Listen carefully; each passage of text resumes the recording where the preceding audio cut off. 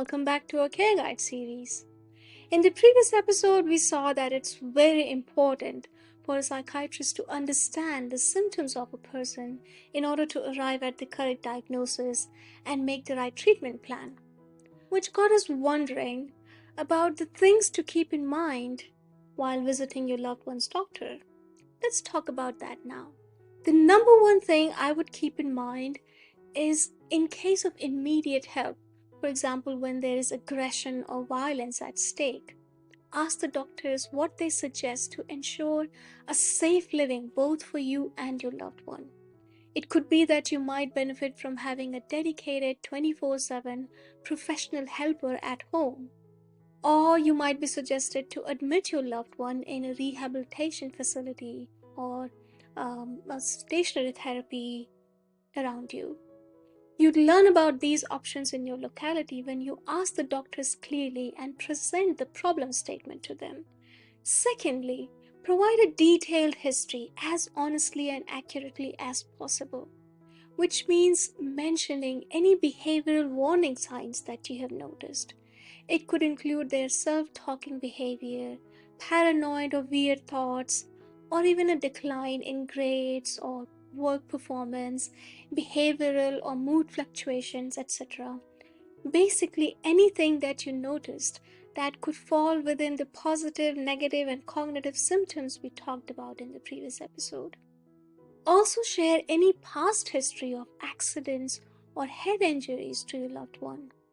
Your family history of relatives with mental disorders, even if never diagnosed, but you suspect that a relative has or had some symptoms, share that with the doctor. Most importantly, be honest and don't hide. You want them to make the correct diagnosis so that the right treatment can follow and things could improve in your loved one's life. Even if you feel that a topic or an incident is too personal, share it. It could be a huge help for the doctor to make the right diagnosis. Doctors around the world, especially psychiatrists and psychologists, are bound to keep your private information private and confidential, so you don't have to fear that the information would leak out. Consider the doctor as your well-wisher. They are there to help. They are not there to judge your family situation. You don't have to feel embarrassed or ashamed about situations or incidents that you've been through. On the contrary, mentioning these details to the doctor would help the doctor understand your situation better and prepare the right treatment plan while keeping in mind your constraints. Now, it's easy to miss out on important details if all you do is keep these historical details or behavioral changes or things to talk about in your memory. This is why I suggest maintaining a journal where you just note down any incident after it happened. The first benefit of journaling is that you would notice that it makes your visits to the doctor super easy. You can just refer to your notebook instead of feeling emotionally burdened trying to remember everything. And the second benefit is a long shot. As you keep journaling, over time you would start noticing some patterns. For example, you'll find out that certain situations trigger your loved one more often. For example, if you talk about bangs, maybe they get more aggressive or angry often enough. With these patterns, you'll soon be able to identify key triggers. You could then discuss with the loved one's doctor about ways to address these triggers. You could either be advised to try and avoid the triggers, or the medical team could help your loved one in coping up with these triggers so that they don't get triggered anymore. Now, whichever method is more suitable in your case depends on your case, and the doctor would be the best to help you with that. But the first step is journaling and finding patterns so that you could identify these triggers and inform the doctor. All of this helps in building a conducive environment for your loved one and avoid relapses. And finally, ensure to ask all your questions to the doctor. I hope a majority of your generic questions would get answered through this series, but this series is no substitute to your doctor's advice. you should still ask all the relevant questions directly to your loved one's doctor. For example, ask them about the emergency contact details. Ask them to give a proper diagnosis and explain to you the nature of disorder. Ask them what you should expect in future and how you and your loved one could best prepare yourselves for the future episodes. Whatever doubts you have, including career prospects of your loved one, doubts on the impact of this condition on their capabilities and how to counter that, health effects, side effects of medicines, ask all the questions to the doctor. Sometimes you would be surprised to get some practical answers, and other times, even if there are no clear answers, you would get to build a better relationship with the treating team. When the treating team and the family works together, it could do wonders in terms of recovery for your loved one. While your loved one's doctor is expected to share a prognosis specific to your loved one's situation, let's understand the general prognosis for a person developing schizophrenia. Prognosis is a medical term I'm sure most of you already know, but just in case you don't, it simply means a medical prediction of what to expect in future. It answers the very question, in what ways would a medical condition or illness affect the life of a person? In other words, what hope should you have? Often families begin by thinking that the person will get cured with proper treatment, that there will be no more episodes and there won't be a need to take medicines after a while. Now, this approach brings us disappointment as we fail to recognize the nature of the condition. Schizophrenia is a lifelong condition. At least that's what we know as of now with the current set of treatment options. There will be periods of remission and relapses, and in general, the person might have to take medicines throughout their lifetime. Now, remission means subsiding of symptoms. That is, the period when there are no strong symptoms is called remission. And relapse means recurrence of symptoms or episodes.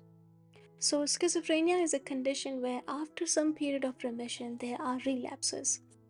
The goal is to avoid relapses as much as possible, which is why I cannot emphasize enough on avoiding triggers and ensuring continuous medication.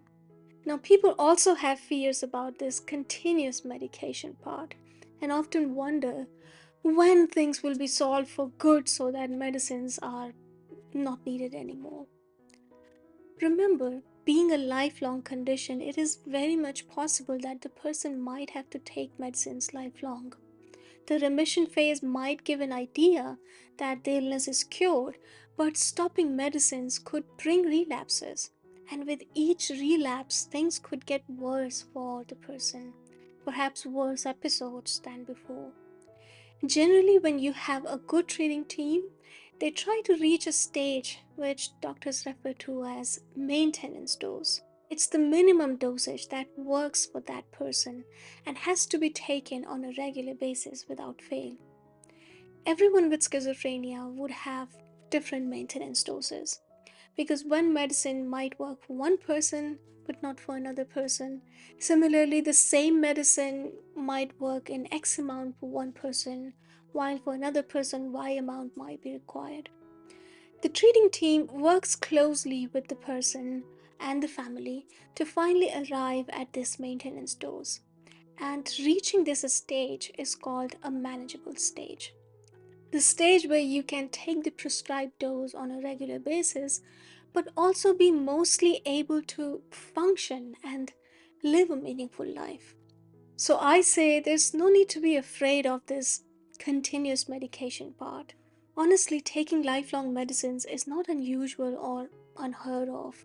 We also do that in case of certain physical medical conditions, such as blood pressure related issues or diabetes, right?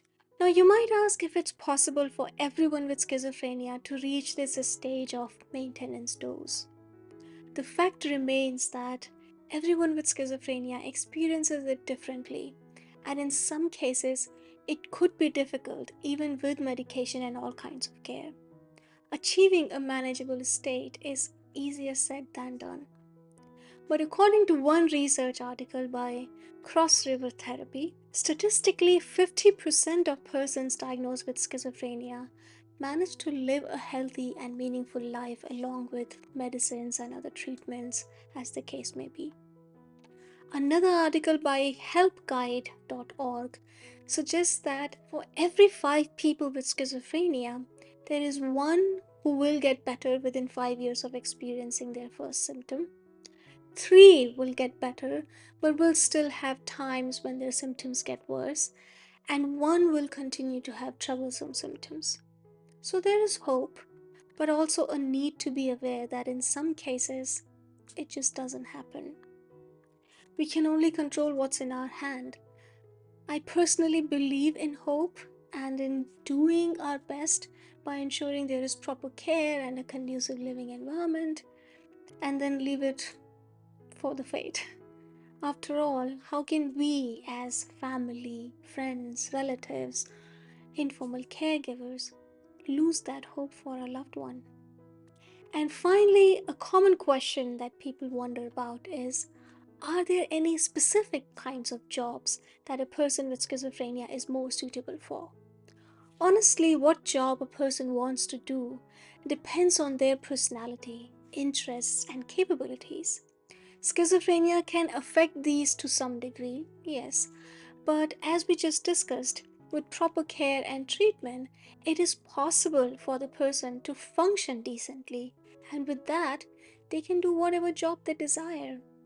Just to name a few very diverse set of people you probably know of: Vincent van Gogh, the world famous painter; Parveen Babi, a famous Bollywood actress; John Nash, a mathematician who won a Nobel Prize for his contributions in economic sciences. All of them had schizophrenia. You might say, oh, they had a very tough life, full of ups and downs. I've seen that movie, A Beautiful Mind, made on John Nash's life. But I take that with a pinch of salt. Their difficult lives could be attributed to various reasons, from lack of awareness to not having the right kind of care and support system, or with all of that, but not enough medical advancements in their times. And sometimes all of that is there and still it could be troublesome. But honestly, life can be tough for anyone, with or without schizophrenia. These people, despite their difficult lives, are great examples of people who lived with schizophrenia but left the world with amazing contributions in their field. There are many more such famous personalities, but I hope you got the gist. There are also people in regular walks of life living with this condition while managing it well. Many have decently earning jobs in professions like teaching, software industry, medical field, academic research, business, government jobs, and whatnot. Many have a spouse, kids, and a loving family, similar to everyone else who doesn't have schizophrenia. So, yes, it's possible to lead a healthy and happy life with this condition, but it also requires many adjustments and a different level of understanding and care from people around them. At the same time, I say, as long as there is hope, we keep trying, right? The best thing that we as caregivers can do is to provide that essential care and environment to our loved one, and then hope for the best while being prepared for the worst. Now, with that, we are almost at the end of this part of the series, the introduction to psychosis and schizophrenia. But hold on, there's one more episode coming up. If you remember, there was a mention of the phrase lack of insight in a previous episode where I talked about symptoms of schizophrenia. This lack of insight affects the course and prognosis of a person with the condition, and it also puts a big challenge for their loved ones who wish to help and support them, such as yourself. So, in the coming episode, let's talk about that in detail. In the meantime, please like, comment, share, subscribe, the usual on this video. Take care. See you soon.